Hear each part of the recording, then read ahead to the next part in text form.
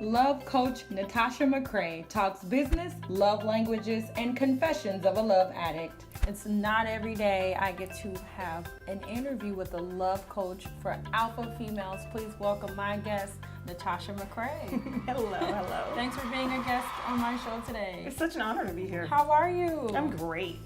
Love CEO Institute is making you great too, right? Yeah, you know what? It is. It really is. I'm enjoying this whole process. Tell me what prompted you to start your business Well, of love. the business of love. I'll give you the abridged version. Yes. I did a one-woman show called Evolution of a Love Addict. After my second divorce, I went to counseling and realized that I had a challenge with love addiction. You know, always wanting that romantic love. And so when I did my one-woman show, we would have Q&A after the show, and it turned into group therapy. Really turned into group therapy. I was thinking they would ask questions about how did I, memorize all these lines and who directed it, but the questions were being asked was, how do I forgive, and how do I start loving myself, and how do I start dating again after being divorced? And I knew there was a need, and my mission was always to encourage and empower women through all forms of media. And so I decided that I would take what I did to step out of love addiction and horrible relationships and package that and encourage and empower other women to design the life that they want. That's my whole objective. Design the life that you want. But you target alpha females. I target alpha females. I target alpha females because I believe alpha females have been given the short end of the stick. Society makes them feel bad for being strong.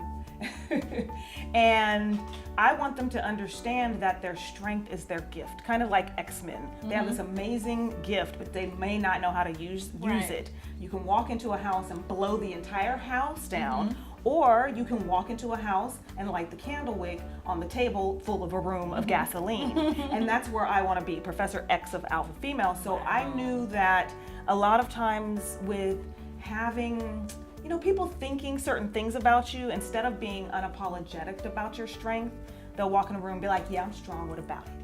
And put on the airs and the walls to protect ourselves. And I did that for years. Protect yourself, you put that wall up So you know it all so well, and that's why you become an advocate for alpha females. Yeah. You want to help them the most. Yeah, because I believe that they have an amazing gift of strength and get it done. And if they can translate that same skill into relationships, they can have exactly what they want. Yes. Exactly what they want. If they want a relationship. If they want it. If they want you a can help them relationship. get it. Yes. Right? Okay. So I know more about you and your industry of who you serve, but can you talk to me about love languages? I think a lot of people don't. It's a term you hear. Can you define love languages and tell me about each one? Yeah, love languages are very important because when you go into a relationship, I start with self. If you don't know your own self, your own love language, that will it'll just be a challenge for yourself to actually love on yourself. So you have physical touch, and we have physical touch, acts of service, affirmations, and there's a book called The 5 Love Languages, which I always recommend for my clients. And when you know what your love language is, you can go ahead and tackle that on loving on yourself. Like, for instance, my friend's love language is gifts, giving gifts. And so for herself, whenever she has extra money, she'll buy gift cards for herself and just leave them in a drawer, so that she knows she might be feeling a little down or might be going through something. She's like, I'm going to give myself a gift. And I'll take the gift Yes, card back, right? yes. Reward herself. Reward herself. Quality time is my love language, so the way that I love on myself is spa, ocean, going to the beach, taking time for my quiet time for myself. And when you learn your love language, you can start loving yourself a lot more. However, you will also be more attuned to someone else's love language, because most of the time you get into a relationship and you end up loving on someone with your love language. You don't take the time to figure out what their love language is. Yeah, their love language might be acts of service, and here you are bringing them gifts, and they're like, I just want the and they're like, I want to help you, right? Yeah. So when you are attuned to the love languages and how they show up in your life, you'll be more attuned to how they'll show up in a mate's life, or even friendships, or with your children or family members. So it's really important. Love languages are highly important. That's why I wanted you to expound on that, because I feel like more people need to be in tune with what their own love language is and seek out what the love language of their partners or family members or what have you. I think it's important in the dynamic of relationship, and I'm glad you expanded on that for me today. Yeah. My husband and I read the 5 love languages on our honeymoon. Oh, and wow. Okay. Discovered his are affirmations and mine's quality time. So if his is affirmations and I'm complaining about something I'm not getting, I'm literally removing money out of that bank account, that emotional bank account, Right. you know. And it's not only what are you putting in, but it's like what are you do? You know, you're withdrawing from the account, and so it's really important to know both deposits and withdrawals. Now, your company mission is to guide your clients out of loneliness and depression about relationships and life's purpose into hope, power, and love. What are the most common challenges that you encounter from singles? The most common challenges are that they do not want to change. I run into a lot of women who will tell me what they want. They want to be in a relationship, but then they hate dating. I've run into that. I would say, how do you feel? I want to be married, but I don't want to go through the dating process. I hear that so much. They hate dating. Or how do you feel when a guy, compliments you? Oh, it's so uncomfortable. And I'm thinking, how is that? They have to get in alignment.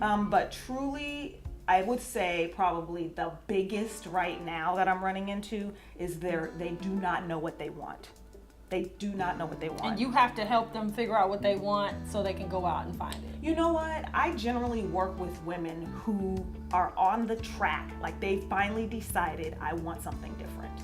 Because I cannot pull teeth, if they are not willing to go and give them up. So one of the things the very first thing I do is we always create vision. What do you want? And sometimes I have to drop clients and say, see your therapist, because I'm a coach, see your therapist, and then we can come back together. Right. When you know what you want, because I'm a master strategist and we'll help you get it. Wow, you're awesome. Yeah. Oh, thanks. Wow. Many singles have a type that they prefer in an ideal mate. So how can you encourage someone to broaden their horizons? I say when you make your list, when they make that list, they need to be willing to bring that list to the table. Okay. For themselves. Oh, I see. What you're expecting from someone else, you need to be able to bring. Yes. So when you are making your list, because usually women will just start and make that list. When you're making your list, you have to say, okay, well, what am I bringing to this potluck? Because it's a potluck. Like, what am I going to bring? But also knowing yourself, self-awareness gives you an opportunity to understand what is best for me. What is best for me first. Self what first. Is best? You always say self first. Yes, because you have to understand, this would work for me. If, certain characteristics, say for instance, I'll use myself as an example. I'm a firecracker. And I have gotten with men who were alpha, but they were fighting to be alpha, and they would kind of crush my spirit.